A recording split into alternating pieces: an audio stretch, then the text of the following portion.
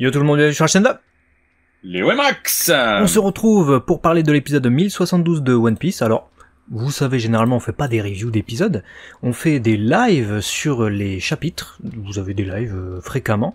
Là pour le chapitre de la semaine prochaine, qui sortira la semaine prochaine officiellement, sachez qu'il y aura un live là très vite, parce qu'il vient de fuiter, il est déjà disponible le chapitre. Donc on vous donne l'information, on va faire le live prochainement. On va s'attarder, nous, non pas sur le contenu de l'épisode, le scénario, l'histoire, qu'est-ce qui se passe à Luffy, s'est transformé, Kaido, du coup, il perd le combat, on s'en fout, puisque on l'a déjà fait il y a un an avec le chapitre. On va plutôt parler de l'adaptation, de l'animation, tout ça. Le partenaire de la chaîne Ma Borne d'Arcade vous souhaite une bonne vidéo. C'est le spécialiste des bornes d'arcade, Pincab, Flipper et Babyfoot.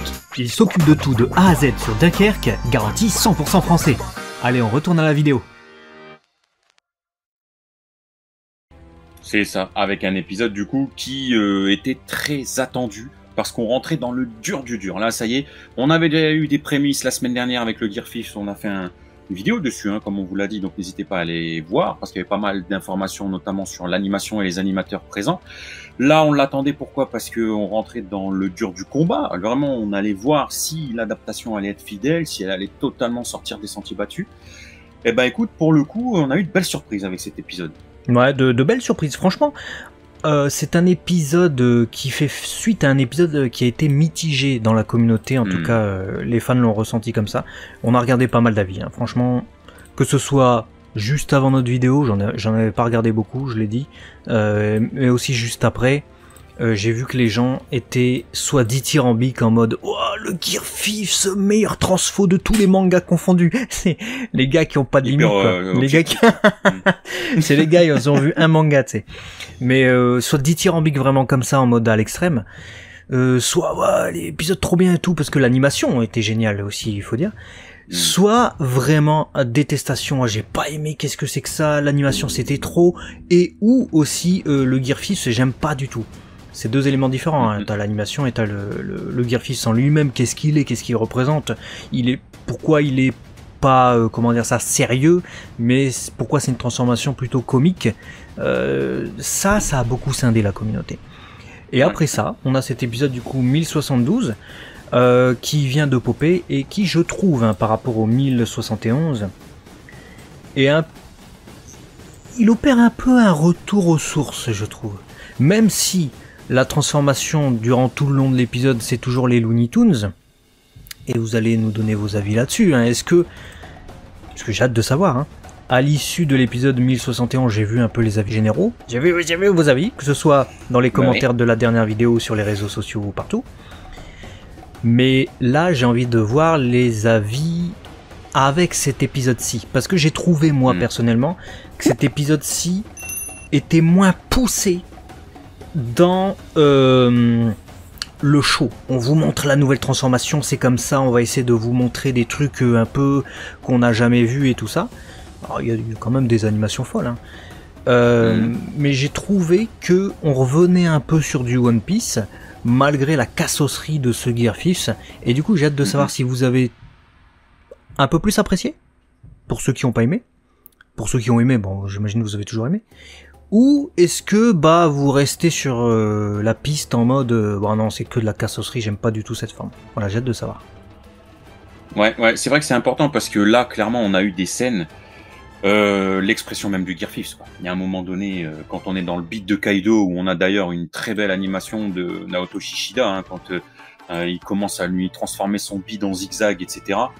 Entre la musique, l'ambiance, l'animation, c'était Pinder. C'était les Looney Tunes, le truc. Voilà. Mais pour autant, je me suis moi-même, je le dis, surpris, à plutôt apprécier la mise en scène qui aide énormément, je trouve, en tout cas pour ma vision des choses, à beaucoup plus apprécier le Gear 5 comparativement au manga où c'est vraiment effectivement centré sur une case qui est, alors pas la caricature parce que c'est pas des caricatures, mais qui est voilà comment je peux dire ça, le pic de la représentation comique d'un moment où tu vois par exemple la tête exagérée, où tu vois les yeux qui ressortent. C'est voilà, le manga est découpé en cases, donc on va forcément dans une case, dans un moment important, faire ressortir ça.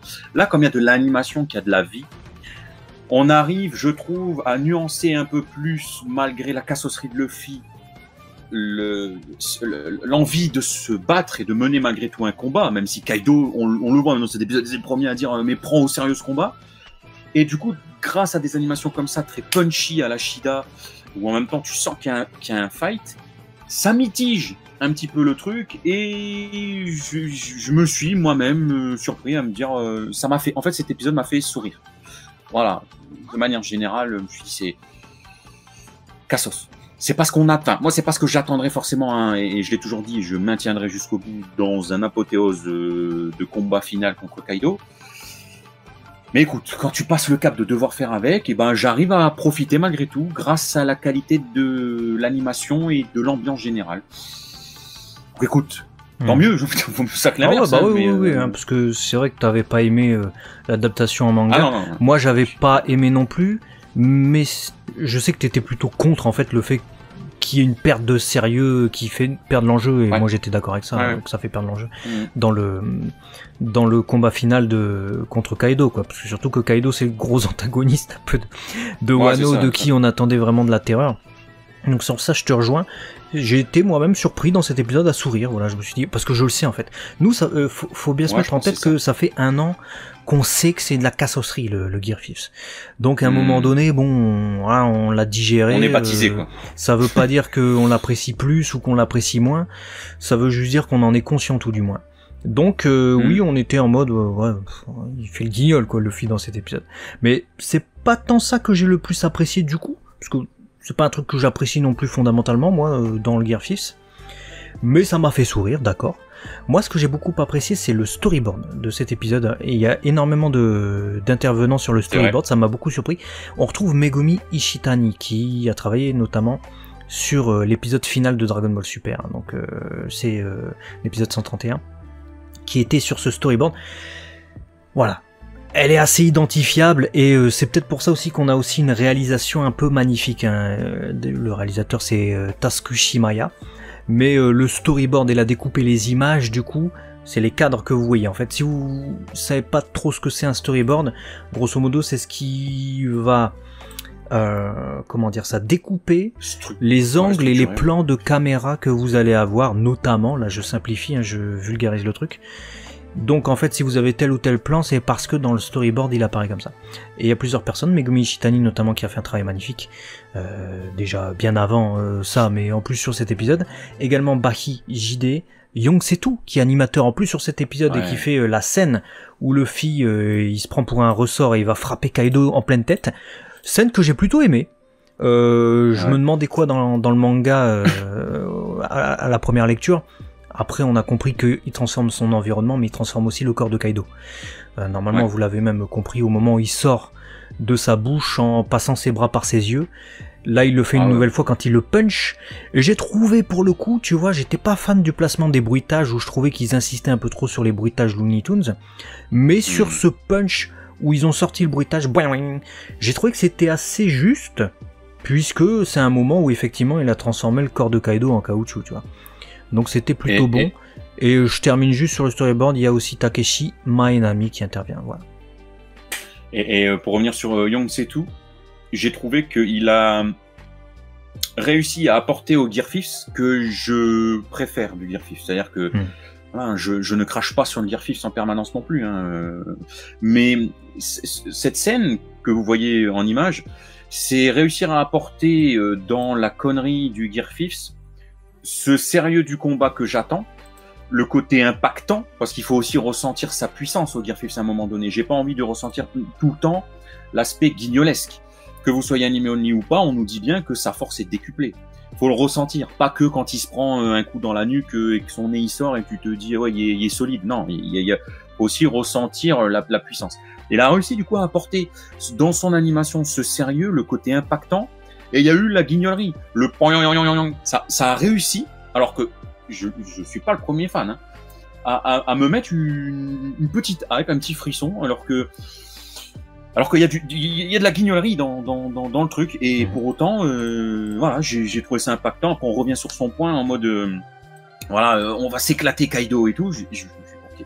J'ai retrouvé un peu mon Luffy qui a power up avec un truc délirium, mais mais il a un juste milieu, j'ai trouvé dans son animation, c'est tout.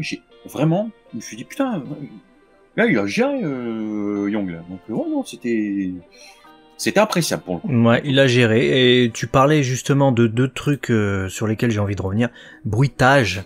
Et puis tu parlais de sa transformation. Et tu parlais également de petits frissons.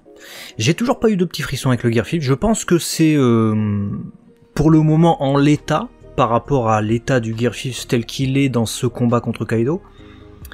Je pense que c'est totalement lié à l'essence même de ce qu'est le Gearfif. J'arrive pas à avoir de frissons sur ce truc-là. C'est trop guignolesque, c'est trop... Pour moi, c'est pas stylé.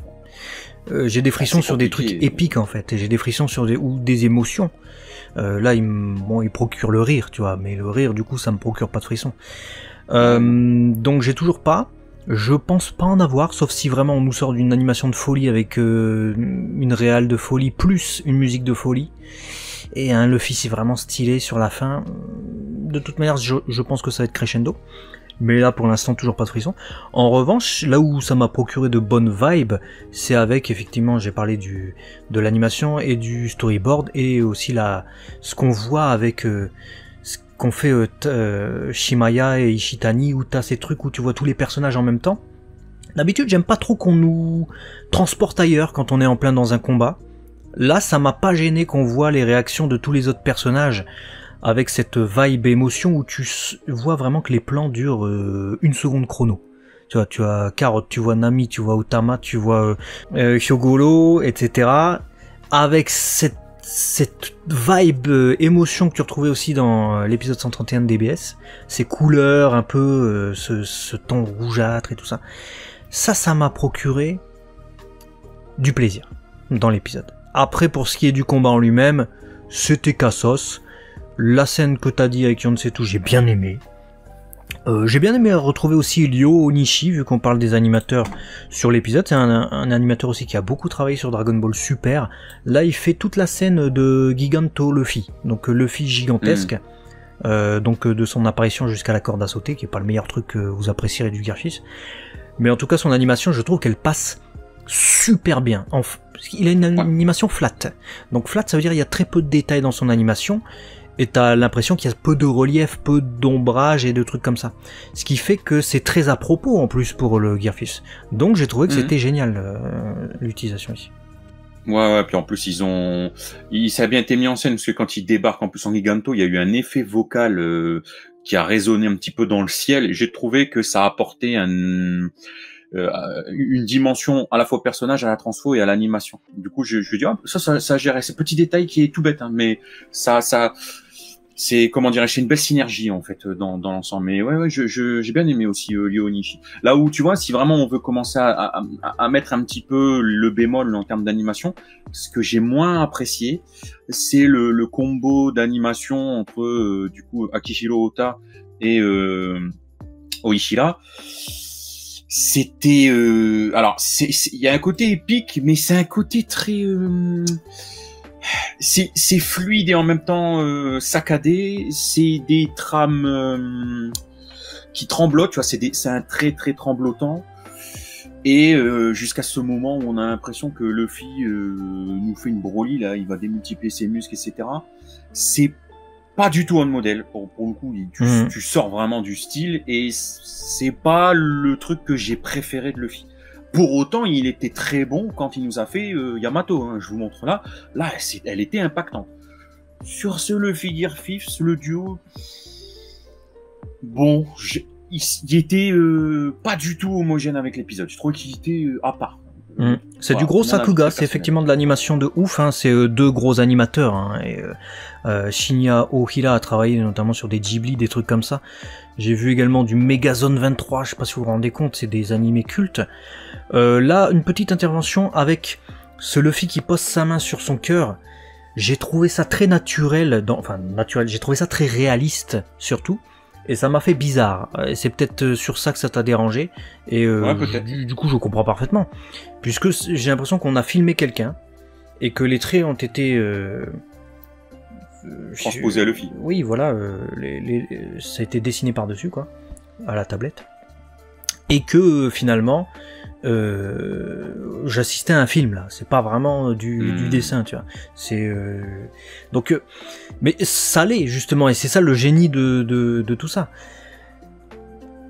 Après, pour ce qui est du trait de Ota, j'ai pas, j'ai bien aimé, mais c'est vrai que ça tranche totalement avec le reste de l'épisode, et je me suis même fait la réflexion, mais attends, souvent les animateurs sont énormément corrigés sur les épisodes de DBS ou de One Piece. Donc c'est pour ça qu'il y a des directeurs de l'animation, et il y en a plusieurs en plus sur cet épisode. Il y a Masami Mori, Nobuyuki Iwai, Shigefumi Shingaki et Hirotaka Ito. Et pourtant, aucune correction sur ces animateurs, peut-être parce que c'est des gros noms. Et qu'ils ont voulu vraiment pouvoir profiter pleinement qu'on puisse profiter pleinement en tout cas de leur style.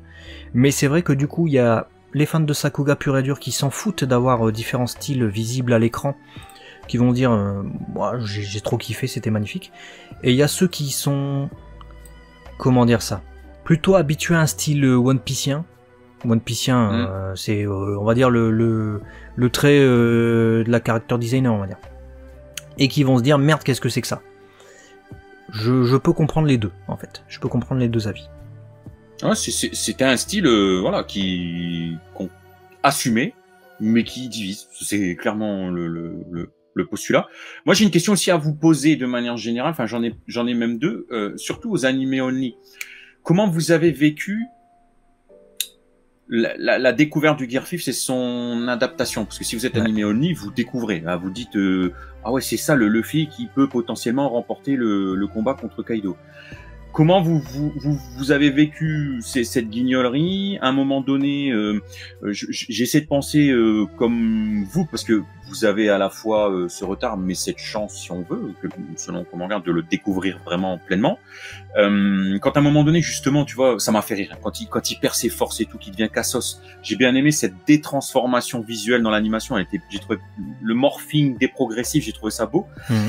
Mais du coup, vous, en tant qu'animé only, vous avez vécu ça, vous avez du coup, est-ce qu'il y a eu un ascenseur émotionnel, et puis après, quand il revient, justement, comment vous le vivez, ça? Moi, j'aimerais vraiment avoir votre ressenti dans les commentaires. Est-ce que ça vous apporte ce frisson, cette hype, ou est-ce que, voilà, l'aspect guignol vous fait sortir totalement de ça? Et ça fait un lien avec ma deuxième question. Est-ce qu'il faut nécessairement ressentir du frisson? Moi, je vais vous apporter ma réponse, mais sur les transformations ultimes des héros de shonen qu'on suit. Ça, c'est une question qu'on peut se poser. Il y en a qui s'en foutent. Moi, j'en ai énormément besoin. Tu soulignais ça tout à l'heure. Je pense que tu en as besoin aussi pour apprécier à sa juste valeur l'évolution d'un perso et son paroxysme. Parce que là, oui, c'est à double tranchant, et là vous voyez un peu plus ce qu'est vraiment le Gear 5. Donc comment vous le vivez? Frustré, pas frustré, heureux, pas heureux, voilà. J'ai vraiment envie d'avoir votre avis. Ça me turlupine cette vision, parce que moi je peux pas l'avoir. Je le connais d'avance. Donc voilà. Ouais. Vous poser cette question. Justement par rapport à ce petit frisson, sans l'avoir effectivement, peut-être que j'ai préféré la transformation de Luffy dans cet épisode-là, malgré le style pas du tout on modèle, et malgré aussi ce bruitage que je voulais souligner tout à l'heure qui était absolument horrible. Juste avant la magnifique animation dont on vous a parlé il y a un instant, il y a Luffy qui se transforme en Super Saiyan. Je me suis dit mais qu'est-ce qu'ils font, putain. On voit Luffy qui pose la main au sol, il y a l'aura jaune et ça fait poufiou, poufiou. Je me suis dit non mais là c'était trop. Ouais, non, moi j'ai fait pareil que toi. Ça j'ai vraiment pas aimé ça. Ça je me suis dit mais non. Alors ça doit être le clin d'œil de quelqu'un du staff, tu vois, en mode on va faire le clin d'œil, c'est une transformation, Luffy va se transformer, donc gros clin d'œil, c'est Super Saiyan de Luffy quoi. Ouais mais non. Mais j'ai pas aimé ça. Ça j'ai pas aimé. C'est One Piece, c'est pas Dragon Ball. Bah ouais, arrêtez avec ça. Sinon refaites revenir Dragon Ball si vous êtes tellement en manque. Mais c'est ça, si vous voulez tellement faire du Dragon Ball, faites du Dragon Ball hein. Suffit de faire le reboot, tout le monde le demande donc Déjà le Gear Secondo, on est proche du Kaioken. Si là maintenant le Gear 5 on nous fait des transfos Super Saiyan, faut se calmer les gars. Hein, parce que soit c'est du Super Saiyan, soit c'est du Ultra Instinct. Parce qu'on sait plus trop, hein, tout le monde compare avec tout le monde, faut se positionner à un moment donné. Ouais non, sur ça j'ai partagé, je me suis dit, et puis bien fort le bruitage, hein, tu peux pas le louper. Hein, ouais. a été bien saturé. Et d'ailleurs, pour parler des défauts, puisque là on parle des défauts aussi qui peut y avoir dans l'épisode, il y en a un que j'ai retrouvé dans cet épisode, mais que j'ai moins retrouvé, c'est peut-être pour ça que j'ai un peu plus apprécié la mise en scène de cet épisode, outre les magnifiques intervenants. C'est-à-dire dans l'épisode précédent, une critique qui revenait beaucoup, et je suis globalement d'accord avec cette critique, hein. Moi ça m'a pas gêné outre mesure, mais peut-être parce que j'avais lu le manga avant, mais une des critiques qui revenait beaucoup, c'était que c'était très fouillé, on comprenait rien à l'action. Du fait des animations sur l'épisode précédent, Welling notamment, ses interventions et tout ça qui était une animation de fou, mais du coup si t'as pas lu le manga avant, tu te dis qu'est-ce qu'il fait le fils, je comprends rien. Mais je sais qu'il y a eu un truc fouillis à un moment dans cet épisode, je me suis dit merde. Mais après ça a disparu. Et on comprend l'action. Dites-nous comment vous l'avez vécu. Parce que ça pour moi c'est un point noir. C'est un des points noirs du Gear 5, c'est qu'on peut ne rien comprendre à ce qui se passe, là où on me dit souvent moi j'attends l'animé de One Piece pour mieux comprendre l'action, parce que dans le manga il arrive souvent, malheureusement, Oda tout génie qu'il est, que les scènes de combat soient pas voilà, et que des fois on comprend pas ce qui se passe. Parce qu'il y a beaucoup trop de trucs dans les cases et tout ça. Donc certains attendent l'animé ou veulent voir la scène en animé pour mieux la comprendre. Là malheureusement ça va pas aider si tu commences à faire des trucs comme ça. J'avoue. Non, j'avoue que c'est mieux de comprendre tout ce qu'on regarde, ça c'est sûr. D'ailleurs dans cet épisode, j'ai aussi préféré cet épisode au dernier, je pense. Moins répétitif, plus varié, mieux fourni. Donc moins cette sensation de lenteur et d'attendre longtemps avant d'avoir quelque chose d'efficace. J'ai bien aimé cet épisode, préféré au précédent. Les défauts, je les ai dit pour moi, ce sont des défauts qui ne sont pas rédhibitoires du coup pour l'épisode, mais qui peuvent évidemment décevoir.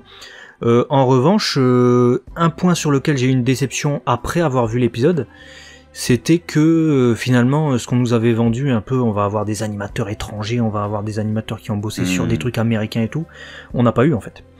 Donc là je me suis dit, non. Ah, toi tu dois être content peut-être, parce que toi t'attendais vraiment une animation traditionnelle japonaise, et ils ont mis des gros noms de l'animation traditionnelle japonaise, mais c'est vrai qu'on n'a pas eu un truc, comment dire ça, américanisé un peu dans le style. Ouais, je cherchais un autre mot, exotique.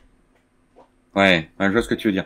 Je sais pas si je suis content ou pas content, parce que j'ai trouvé que malgré tout, les animateurs japonais ont réussi un peu à s'approprier le style cartoon. Alors peut-être pas autant qu'un expert de Looney Tunes, etc. Mais j'ai trouvé quand même qu'il y avait ils ont dû étudier, je pense, beaucoup le mouvement, la décomposition, parce que il y a un moment donné quand il se prend un bolo Bress là dans la gueule et que on part vraiment dans un truc très Tex Avery, t'as les yeux qui partent après le corps, les jambes qui roulent. J'ai trouvé qu'ils avaient réussi malgré tout à s'approprier un petit peu ce côté exotique justement, pour reprendre ton terme, et du coup ça m'a pas fait me dire ouais, on n'a pas vraiment appliqué ce qu'on attendait à 100%. Il y a eu un effort de fait, je pense, par les animateurs japonais de peut-être sortir de leur zone de confort pour le Gear 5. Bon, je sais pas ce que ça aurait donné avec une animation plus exotique, mais non plus. On verra peut-être sur le climax. Hein. Je sais pas. Bah dites-nous en tout cas si ça vous a plu comme ça, si c'est comme ça que vous attendiez l'animation et la réalisation également qui est vraiment très bonne sur cet épisode. Dites-nous ce que vous en avez pensé et votre avis évidemment, non seulement sur le visuel, mais aussi sur le Gear 5 en lui-même. Voilà, on veut tout savoir. Dites-nous ça. Voilà, allez, on s'abonne les amis parce que live One Piece, à mon avis ce sera je pense demain tranquillement vers 18h qu'on le fera, histoire de faire une bonne vidéo One Piece, celle que vous avez vue. Et puis voilà, on se dit du coup à très vite sur la chaîne 2. Et ouais Max, à la prochaine. Allez, des bisous. Ciao.